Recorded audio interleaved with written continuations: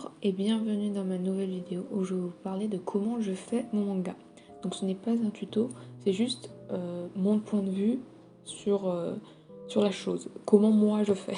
Quand on veut créer une histoire, l'inspiration elle peut venir de n'importe où. Le meilleur c'est de laisser vaquer à son imagination. Moi je suis une fan de romance et j'ai remonté facilement de l'inspiration pour en écrire. Donc je vais vous donner quelques exemples où j'ai trouvé l'inspiration en fonction de mes histoires, pour vous donner des exemples concrets. Puis je reviendrai plus en détail sur le manga que j'écris actuellement. D'abord, pour l'histoire de Ned et Vima qui a un nom d'ailleurs, ce qui s'appelle Love Me, Love You, Love Us. J'ai eu l'idée de l'histoire dans la vraie vie, enfin plutôt une extrapolation de la vraie vie. Je me suis demandé ce que ça ferait qu'une fille comme moi intéresse quelqu'un qui au premier abord il n'y a rien à voir avec elle, parce qu'ils ont des idéaux d'amour totalement opposés l'un de l'autre. Vilma, elle préfère les garçons réservés, calmes, petits, discrets, alors que Ned, lui, préfère les filles hyper extraverties, qui respectent la confiance, pulpeuses, sûres d'elles, etc. En gros, ils pensent préférer les gens qui leur ressemblent. Mais en fait, ils trouveront leur âme sœur chez quelqu'un qu'ils ne soupçonnaient pas. Donc c'était l'idée de base que j'ai eue. Bien sûr, ça c'est que l'idée de base, et j'ai retravaillé par plusieurs aspects, donc leur personnalité, leurs points communs, ce qui les rapprocherait aussi. Vilma a été très facile à imaginer parce que c'est moi. Ned aussi, il a été assez facile à faire parce que je l'ai eu facilement en tête. Je trouve que c'est un personnage qui est très facile à manier, on va dire. Et pour le design des personnages, Vilma, elle a été inspirée d'un personnage d'un one-shot de Iyosaki Saka. Et Ned, lui, vient de ce que je pense être le même beau gosse basique en France. Genre, sauf les cheveux noirs, comme ça, c'est juste mon truc perso, j'adore les cheveux noirs.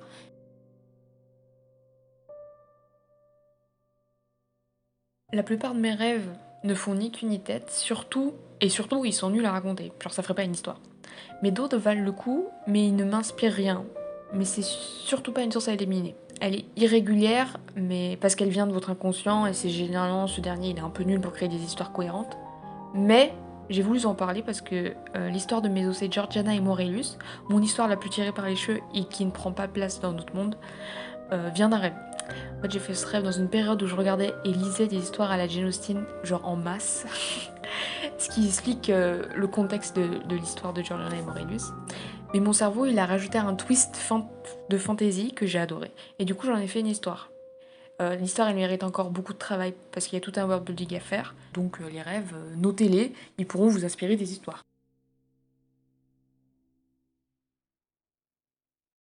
Bah oui, on va pas se mentir, de toute façon, tout a déjà été fait. Donc n'ayez donc pas peur de ne pas être original. Par exemple, et j'en ai plusieurs, La Renaissance du chaos est inspirée de Harry Potter. C'était censé être un roman, mais j'ai abandonné l'idée d'écrire une histoire parce que ce n'est pas pour moi. Origami et Pissenlit a été inspiré du manga Un colloque d'enfer de Keiko Yoshida. Par contre, il faut faire très très attention à ne pas tomber dans le plagiat. L'inspiration, oui, mais surtout, il ne faut pas baser toute votre histoire sur uniquement une seule source. C'est la même chose pour vos dessins.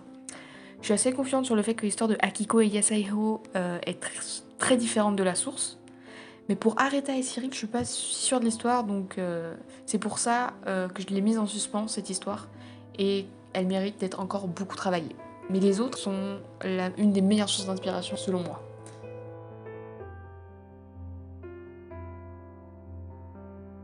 Des fois, l'apparence prend le dessus, et on écrit une histoire à un personnage parce qu'on le trouvait juste stylé. C'est le cas d'Isaka et de Junko. Le gars est clairement une copie moche et ratée, par contre, de Toru Iyama du manga Tel que tu es de Kamane Hirama. Mais mon histoire est construite autour de lui. Maintenant que je me le suis approprié, j'aimerais vraiment refaire son design parce que c'est le même en fait. Mais en tout cas, grâce à ça, j'ai une idée d'histoire. Mais cette technique, elle est aussi responsable de l'histoire d'Edoli, que je dessine actuellement. Je venais de finir Akuoki et Blossom, et je suis tombée amoureuse de Hijikata et son design. Alors j'ai voulu avoir un personnage avec la même coupe de cheveux. Alors j'ai donné à une fille random que j'ai laissée dans mon sketchbook, qui n'avait pas du tout l'ambition d'être un personnage à la base. Et parce que je n'aime pas seulement Hijikata pour sa chevelure, j'ai voulu donner son caractère à un personnage. Et je l'ai donné au personnage de Conrad. À la base, leur histoire, ça devait être un jeu, un automegame même. Mais finalement, j'aimais tellement leur couple que je voulais pas mettre Edoli avec un autre love interest. Je voulais absolument que ce soit Edoli et Conrad et pas Edoli et quelqu'un d'autre. C'était non. Et en plus, ma priorité, c'est pas de devenir de développeuse de jeux vidéo, mais mangaka donc.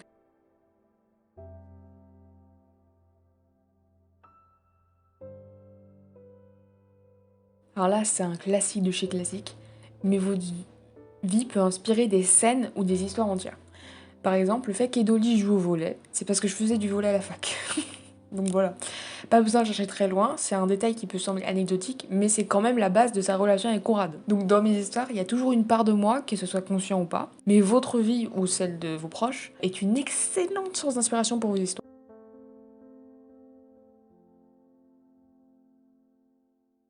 Bon, ça c'est pour les fans de ce jeu. Les Sims sont un jeu de simulation de vie. Et donc quand vous jouez, vous allez forcément créer une histoire et des personnages. Parce que c'est la base du jeu. Par exemple, un de mes premiers OC, c'était James. Et James est un sim à l'origine.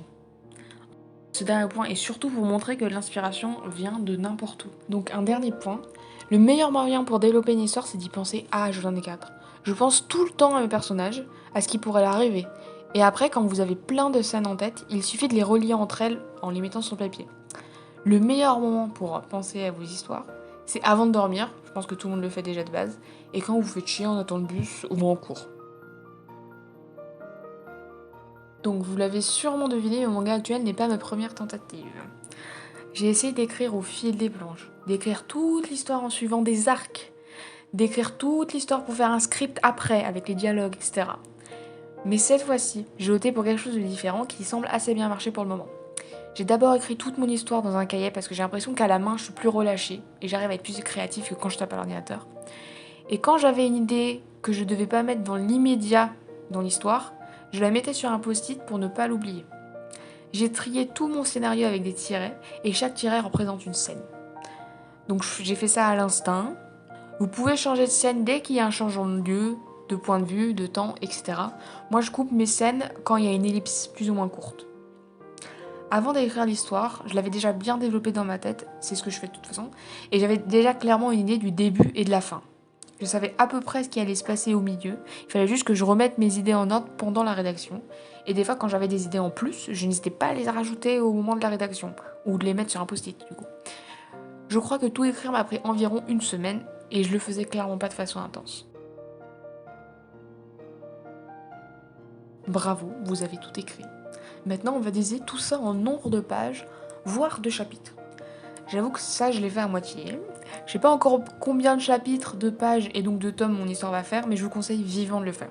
Faites ce que je dis, pas ce que je fais. Tout ce que j'ai fait, c'est compter jusqu'où irait mon chapitre 1. Mes chapitres font environ 40-50 pages, entre les deux.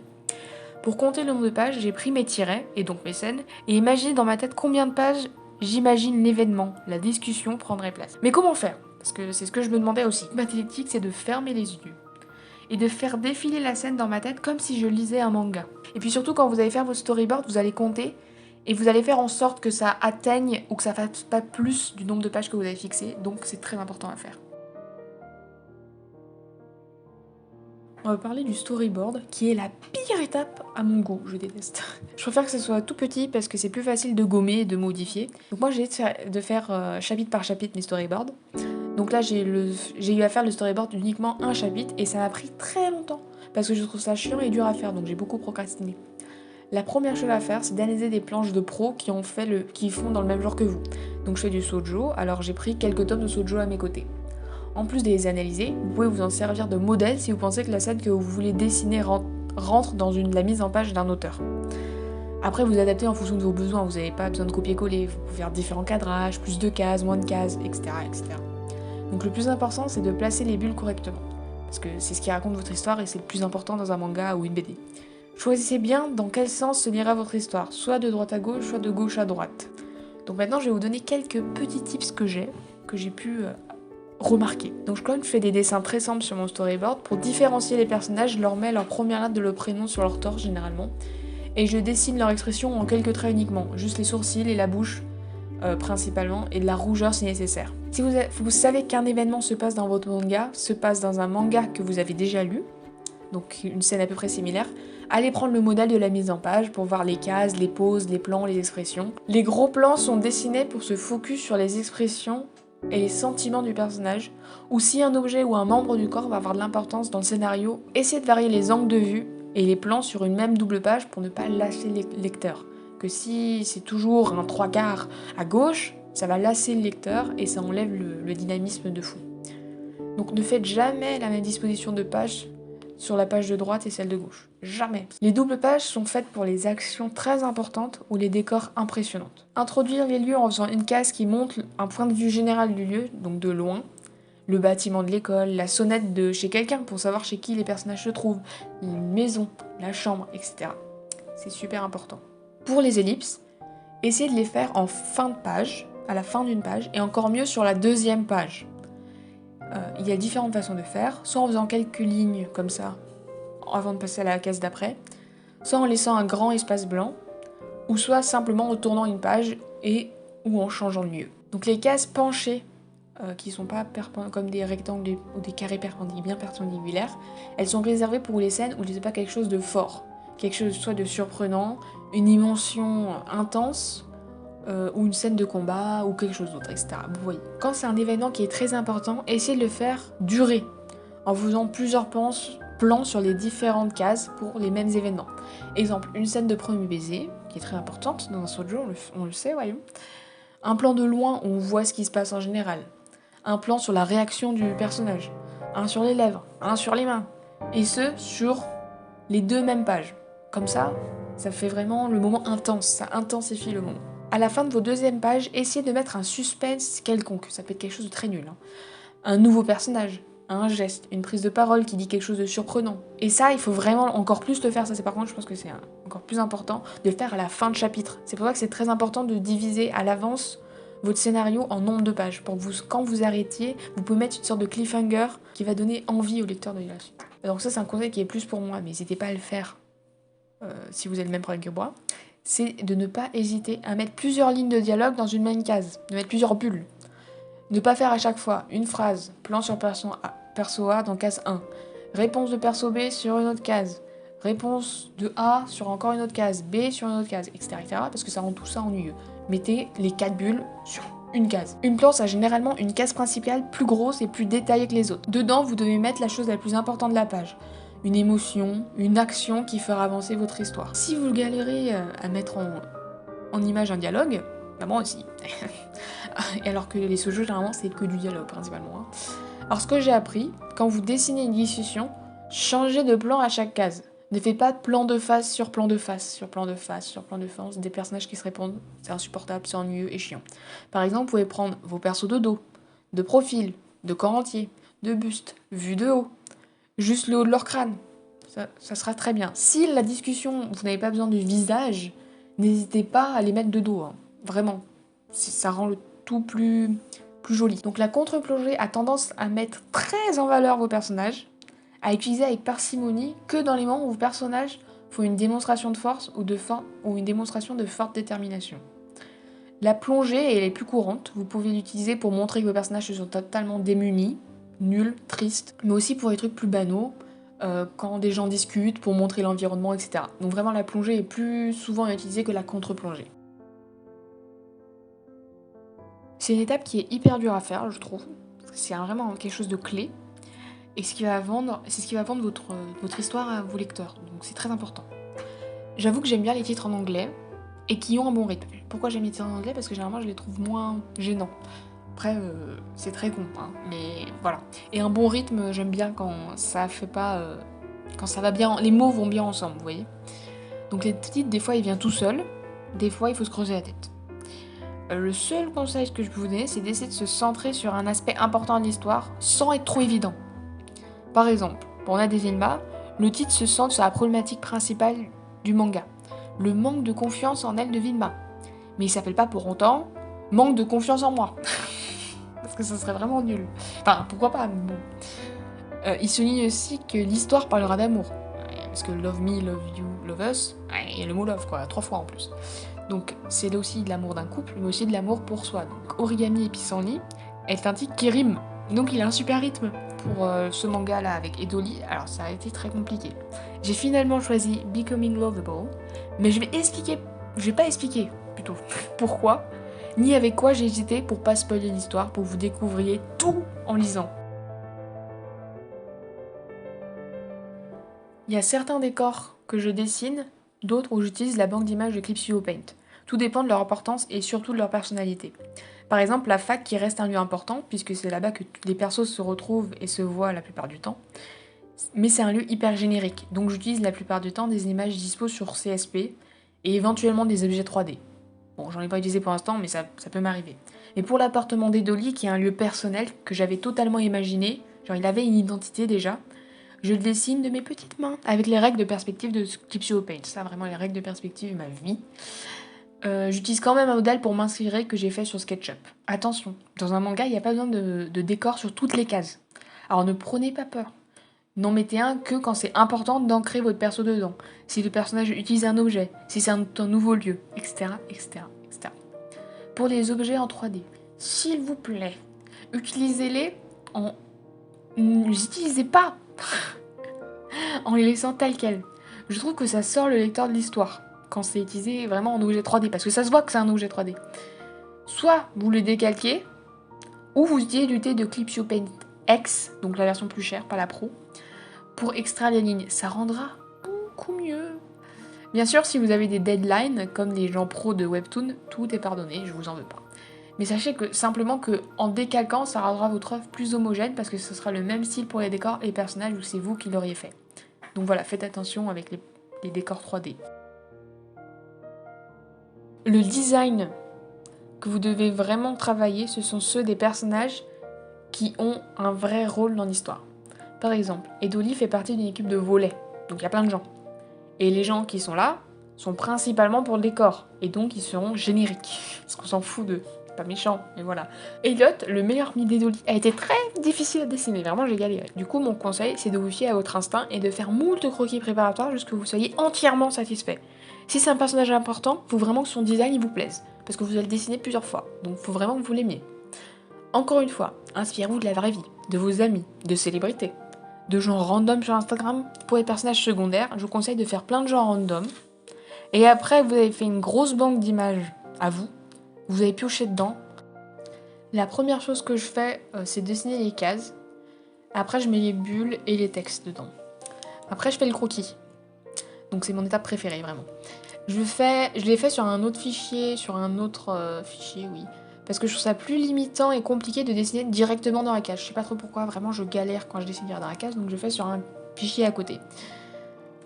Après, quand j'ai un croquis satisfaisant, et assez propre quand même, je le colle dans la case et je le redimensionne en fonction de la case. Voilà. Donc si vous avez Clipsio Paint, n'hésitez pas à utiliser les modèles 3D pour vous aider pour les personnages. Je les trouve pas parfaits pour mon style parce que par exemple les personnages ont une tête beaucoup trop grosse, énorme je trouve. Mais ça me donne une vague idée et ça peut beaucoup aider. Ils sont ici très utiles si vous faire des plans dont vous n'avez pas l'habitude comme les contre-plongées, parce que je fais jamais des contre-plongées, ou des plongées aussi, j'en fais très rarement. Donc c'est très utile. Donc j'utilise un brush que j'ai téléchargé dans le marché de Clipsio Paint. Il est payant en Clippy, donc les Clippy je les ai eu avec des événements de date d'anniversaire, je sais pas trop quoi. Mais j'en ai des gratuits qui sont aussi bien, donc j'avoue que quand j'ai téléchargé ce brush, je me suis dit ouais il va être génial, en fait il est aussi bien que les autres. Donc je vous mettrai les références en description, du payant aussi si vous voulez. Il est bien, hein, je dis pas, donc je l'utilise que lui parce que je l'ai payé en fait. Donc je le fais assez fin parce que je trouve ça plus joli, mais vous faites bien sûr comme vous voulez, ça c'est une question de choix. Je m'applique, mais je perds pas 20 ans à faire une case parce qu'il y a encore beaucoup de pages à faire. On n'est pas ici pour faire une illustration ou le line art, on a le temps d'y passer 30 ans. Là, vous n'avez pas le time. Vous devez écrire une histoire, il y a encore 30 pages à faire après. Donc, hop hop hop. J'aime juste mettre un peu plus de noir sur les endroits supposément avec de l'ombre, genre par exemple sous le cou. C'est le plus récurrent. Pour les décors, j'utilise la plume Maru ou la J-Pen qui sont de base dans Clipsio Paint. Et un truc auquel je fais gaffe, c'est d'utiliser tout le temps la même largeur de pinceau. Voilà, c'est très important pour que ça soit régulier, faut pas vous passiez d'un 20 à un 40 après, parce que ça va être très différent et ça risque de tout gâcher. Très courte partie sur mon étape préférée avec le croquis, vraiment j'adore cette étape. Et j'ai différentes méthodes que je vais vous montrer. Donc soit, je peins tout en noir, avec le seau, généralement, et je bouche les trous avec le stylo. Soit la méthode fancy, où j'utilise un petit brush, fait des petits traits que j'ai téléchargés. Je vais vous mettre un tuto, parce qu'en fait je suis un tuto d'une autre youtubeuse en anglais. Donc je vais mettre le tuto pour cette méthode que j'utilise de temps en temps, que j'adore faire, qui est vraiment trop bien. Et le dégradé de trame, j'utilise le dégradé manga qui crée automatiquement un calque. Et il faut sélectionner avant et ça fait un truc super bien. Et après je le rends trame. Quand je fais du tout noir, j'aime bien laisser des traits blancs pour diviser les parties Sans que les cheveux, la queue de cheval elle est derrière et il y a le crâne devant, du coup je marque le crâne par exemple. Et finalement, la dernière étape, mais aussi une de celles où j'ai très peu de patience à faire, alors que j'adore dans les mangas les trames. Les trames c'est ma vie dans les mangas, je les trouve trop belles, ça rend le tout magnifique, mais j'ai pas la patience de le faire parce que je suis nulle à ça. Donc j'ai pas encore trouvé le secret. Mais en tout cas, faut pas trop en mettre, et ne pas en mettre 35 différentes sur une même page. Et le plus relou, c'est utiliser les mêmes au fil des pages. Donc vous notiez ou faire un truc pour utiliser tout le temps les mêmes trames. Genre par exemple, quand c'est un élément qui est récurrent, genre de t-shirt, on le voit sur 4 pages différentes, il faut que vous utilisez la même trame de t-shirt. Sinon ça sera pas cohérent. Donc pour gagner du temps, je les mets tout en haut, au-dessus des cases, etc. Pour pas avoir à refaire la procédure pour une même trame sur une case différente, parce que c'est relou. Il y a plein de méthodes pour faire des trames. Pour faire des trames, ça je vous laisse chercher sur internet, vous allez trouver très très facilement. Bon, du coup je vais mettre en description des liens vers des sites ou des chaînes YouTube très utiles pour l'écriture d'un manga et une BD. Donc, clairement cette vidéo n'est pas suffisante, mais je suis contente de l'avoir faite. Donc merci beaucoup de m'avoir écouté, j'espère que la vidéo vous a plu et que surtout ça aura pu vous aider. N'hésitez pas à me poser des questions en commentaire ou même à vous-même donner des conseils que vous seriez ravis de partager avec les autres, ça fera très plaisir. Dans cette vidéo, j'ai pas vraiment parlé de comment écrire une histoire ou de comment créer des personnages, genre j'ai pas parlé de fiches personnages, d'arc narratif, tout ça déjà parce que j'ai pas d'arc narratif. Parce que je suis encore moins à l'aise sur le sujet que je suis déjà sur ce sujet-ci. Mais je suis sûre que vous trouverez moult et moult vidéos et sites internet à ce sujet. Donc, je vous laisse chercher sur la toile. Yeah, you were right this time, you were right this time. Take a look around, look what you did last night. What you did last night, never heard a sound. Yeah, I know that you told me one day you'd show that you were right this time, you were right this time.